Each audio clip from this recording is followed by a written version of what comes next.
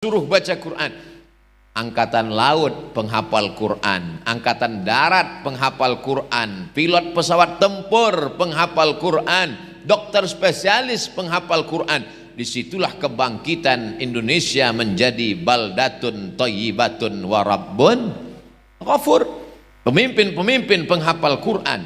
Maka kalau bayangkan bupati, gubernur, wali kota, menteri penghafal Quran, maka pada saat memperingati 17 Agustus dia adakan lomba tahfiz Quran.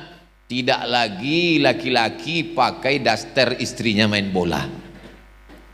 Kenapa? Karena bagi dia adalah yang bermanfaat, berguna buat bangsa, buang umat. Jadi masa lalu tidak dapat kita ulang kembali. Menetes air mata darah kita mau nangis, yang lalu-lalu nggak bisa kita ulang. Lan tarji'al ayyamul lati madat, yang lalu tidak dapat diulang. Tapi yang akan datang kita bisa mulai. Kalau ragu takut datang konsultasi ke Yayasan Subulus Salam Nusantara. Subulu jalan, salam keselamatan. Subulus Salam jalan keselamatan. Allahumma antas salam. Keselamatan itu dari Allah. Wa minkas salam. Dan keselamatan itu akan kembali kepada Allah. Wa ilaika ya'udus salam. Hidupkan kami dengan keselamatan. Fahayyina rabbana bisalam. Masukkan kami ke dalam rumah yang penuh dengan keselamatan. Wa adkhilnal jannata daras salam. Tabarakta rabbana wa ta'ala yadzal jalali wal ikram. Jadi jangan pernah khawatir, cemas. Ini sekarang banyak yang khawatir, sampai-sampai mantunya kalau sekolah agama enggak diterima kalau ada calonnya datang. Kamu apa? SH. Kamen. Kamu apa? SE, melebu. Sampean apa? MAG, cabut, master alam goib. Dia tidak mengerti. Itulah yang menyelamatkan akhiratnya. Itulah yang akan mendoakan dia, Allah maghfir lahu warhamhu wa'afihi wa'fu anhu wa akrim nuzulahu wa wasi' madkhalahu waghsilhu bil ma'i wasalji wal barat wa naqqihi minal khataaya kama yunqqa thawbul abyadu minad danas wa abdilhu daran khairan min darihi wa ahlan khairan min ahlihi wa qhi min fitnatil qabri wa adzabin nar. Allahumma ja'al qabrahu rawdatan min riyadil jinan. Doanya jelas, hafalan Qur'annya jelas, bacaannya jahar, terdengar. Banyak juga yang pandai doa tapi suaranya enggak ada. Tak apa-apa kata dia. Saudaraku yang dimuliakan Allah Subhanahu wa taala, dunia mereka dapat. Bagaimana akhirat? Jangan kau tanya lagi. Anak-anakku ini adalah mereka yang Rabbana atina fid dunya hasanah. Bagaimana dengan akhirat mereka? Idzas samaa'u fatarat, ketika langit terbelah. Wa idzal kawakibu tasarat, planet bertabrakan. Wa idzal biharu fujirat, lautan diledakkan naik ke darat, tsunami namanya. Wa idzal quburu bu'thirat, semua yang dikubur bangkit naik ke atas. Alimat nafsum ma qaddamat wa akharat, saat itu semua yang hidup baru sadar bahwa dia sudah berbuat atau belum. Bangkit dari kubur, bangun dari alam barzah. Mereka ketika bangun dari kubur melihat ke kanan malaikat, lihat ke kiri malaikat, lihat ke depan malaikat, pandang ke belakang malaikat. Pandang ke belakang, Ustaz Somad,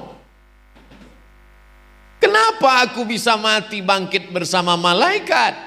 Apa kata Nabi? Kanjeng Nabi Muhammad SAW 14 abad yang lalu sudah kasih kabar gembira. Al-mahiru bil Quran, mereka yang menghafal Quran, mereka yang membaca Quran, mereka yang cinta pada Quran, ma'as safaratil kiramil bararah, mereka akan bangkit di padang mahsyar bersama para malaikat. Sekarang aja mereka sudah kelihatan kedudukannya tinggi. Berikut ini kami panggilkan Profesor Dr. Abdul Somad LCMA. Masih di bawah mereka. Mereka lah yang akan mengangkat derajat Abdul Somad nanti. Ini Ustadz basa-basi, serius. Penghafal Quran bisa memberi syafaat. Ada syafaat Kanjeng Nabi Muhammad SAW, mudah-mudahan kita dapat syafaatnya. Ada syafaat malaikat, ada syafaat Nabi. ada syafaat penghafal Quran dan mereka bisa memberikan syafaat. Anak-anakku, pandang Ustadz sekarang, nanti tolong kalian cari Ustadz ya. Yang ini terserahlah, yang kelihatan aja. Betapa Ustadz Abdul Somad pun masuk ke surga karena syafaat mereka. Mata mereka bersih, Bu. Karena kalau mata mereka kotor, telinga mereka kotor, otaknya jadi kotor, Quran gak mau lengket di dalam kepalanya. Syakautu ila waqi'in su'a hifzi. Aku melapor kepada Imam Waqi', hafalanku kacau. Fa arsyadani ila tarkil ma'asi. Imam Waqi' mengatakan kepadaku, tinggalkan perbuatan maksiat. Li'annal ilma nurun, karena ilmu itu cahaya. Wa nurullah la yuhdalil asi. Cahaya tidak akan bisa masuk kepada orang yang berbuat maksiat. Kenapa mereka hafal Quran? Matanya bersih. Kalau ada alat detektor periksa mata mereka dicek. Bawa itu alat cek matanya. Kelihatan di situ. Al-Falaq, An-Nas, Al-Fatihah. Begitu dicek mata kita, sinetron Korea. Yang sebelah kanan Bollywood. Tapi mata mereka bersih. Andai telinga mereka nanti diperdengarkan suara-suara yang ada pita di telinga, ternyata semua yang kita dengar hari ini sejak kita lahir sampai mati itu nanti akan diperdengarkan pita suaranya. Dulu orang kalau cerita pita suara, oh kasetnya banyak sekali Pak Ustadz. Dengan canggihnya teknologi makin mudah. Dulu satu komputer cuma 4 giga, sekarang sampai 1 tera, 1 juta giga. Maka ada rekaman yang besar sekali di akhirat. Setiap telinga akan diperdengarkan. Inna sam'a, pendengaran, wal basar, penglihatan, wal fuad, hati, kullu ulaika kana anhu mas'ula. Semua akan diperdengarkan, akan diperlihatkan, dipertontonkan di hadapan Allah. Sekecil-kecil yang kita dengar, sekecil-kecil yang kita lihat akan dipertontonkan. Faman ya'mal mithqala dzarratin khairan yarah. Saya bukan nunjuk ibu-ibu, kameramen. Mereka akan diperdengarkan suara-suara. Ketika kita nanti mau mati menghadap Allah, malaikat maut mau mencabut nyawa, kita terbaring, yang kita dengar di telinga adalah apa yang sering kita baca, apa yang sering kita lihat, apa yang sering kita dengar, apa yang sering kita pikirkan, apa yang sering kita renungkan. Yang sering mereka baca Al-Quran, yang paling sering mereka dengar Al-Quran, yang paling sering mereka ucapkan Al-Quran, yang paling sering mereka pikirkan Al-Quran, yang paling sering mereka renungkan Al-Quran. Maka yang akan datang nanti ketika mau sakratul maut adalah Al-Quran. Mereka tidak perlu dibacakan orang lain. Mereka terbaring, andai sampai usianya tua, andai dia sakit, maka datang suara Al-Quran itu terngiang di telinganya. Bismillahirrahmanirrahim. Ar-Rahman. Adapun yang lain macam-macam kedengaran, ada keong racun, pulang-pulang berbadan 2, macam-macam. Nauzubillah, mengucapkannya aja kita malu. Itulah yang datang. Syukur-syukur kalau ninggalnya di rumah, ada yang bisikin talqin, la ilaha illallah. Kalau ninggalnya di ruang ICU sendirian, perawat-perawat lagi tidur, security-nya juga pingsan. Siapa yang menyelamatkan kita dari mati su'ul khatimah? Tapi mereka tak pernah putus itu di telinga mereka. Mau matinya selamat, di akhiratnya selamat, dan mereka tidak hanya selamat, mereka bisa menyelamatkan orang lain. Dan yang paling beruntung adalah ada orang-orang yang di kepalanya dipasangkan tajun minan nur, mahkota dari cahaya. Mahkota dari cahaya, mahkota dari cahaya, mahkota dari cahaya, crown. Berbeda antara raja dengan rakyat jelata. Apa perbedaannya? Kulitnya sama, hidungnya sama, wajahnya sama. Yang membedakannya apa? Karena ada mahkota. Ternyata di akhirat nanti ada laki-laki perempuan yang di kepalanya ada mahkota dari cahaya. Siapa dia? Ayah dan ibu mereka.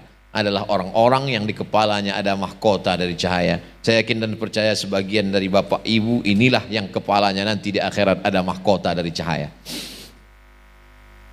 Yang nggak bilang amin ada juga, cuman nggak terlalu berterang lah ya, 55 watt lah. Saudara yang dimuliakan Allah Subhanahu wa taala.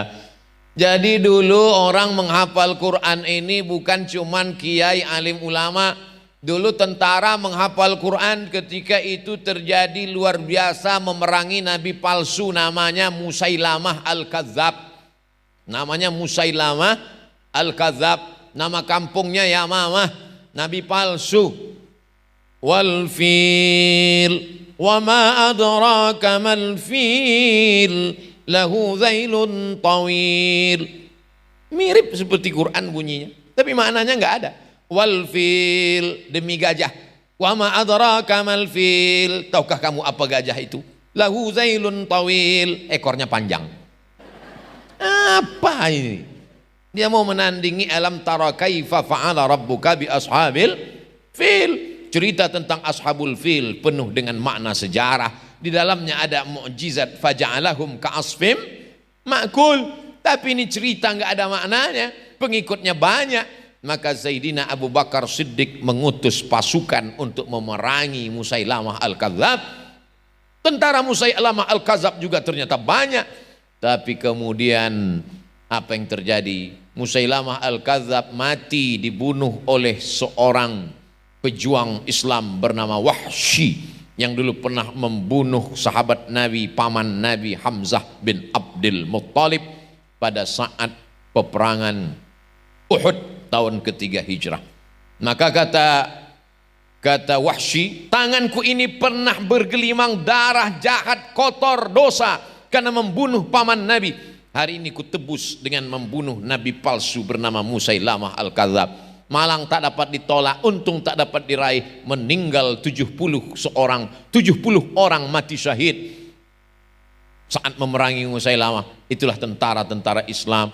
Itulah maka Al-Quran dibukukan menjadi satu mushaf. Yang sebelumnya Quran itu hanyalah tertulis di pelepah korma, di tulang onta, di batu-batu. Lalu kemudian disusunlah tim yang terdiri dari sahabat-sahabat senior, mereka yang rajin menulis. Maka disusunlah, diketuai oleh Ubay bin Ka'ab, sedangkan sekretarisnya adalah Zaid bin Sabit. Zaid bin Sabit itu adalah penterjemah surat-surat Nabi. Orang Yahudi, Yahudi Bani Nadir, Yahudi Bani Quraizah, Yahudi Bani Qainuqa, Yahudi Khaybar. Orang Yahudi ini lembut, tapi dalam kata-katanya berbisa. Orang Islam kalau jumpa Nabi, Assalamu alayka ya Rasulullah, Assalamu alayka ya Habiballah, Assalamu alayka ayuhan nabiyyu wa rahmatullah wa barakatuh. Tapi kalau orang Yahudi ketemu dengan Nabi lembut, dia main plesetan. Assalamu alayka, Assalamu alayka, selamat engkau. Assalamu alayka, matilah kamu.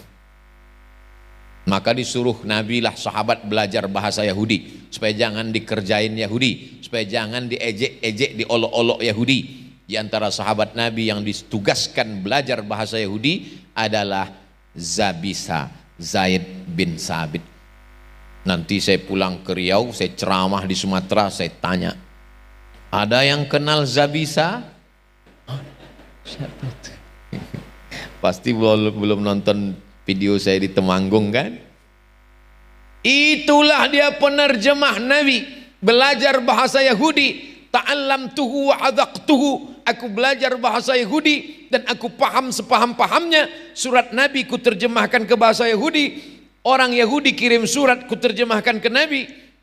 Zaid bin Sabit. Berapa umur Zaid bin Sabit waktu Nabi Muhammad SAW meninggal? Isruna sanah, 20 tahun. Jadi waktu dia jadi penerjemah Nabi itu umurnya berapa? 15, 16, 17, 18, 19, 20. Ada di antara anakku nanti yang mau belajar bahasa Mandarin, hafal Quran, terjemah Quran bahasa Mandarin. Aduh, nggak bisa pula bahasa Mandarin. Alif Lam Mim, terjemahnya ya Alif Lam Mim juga.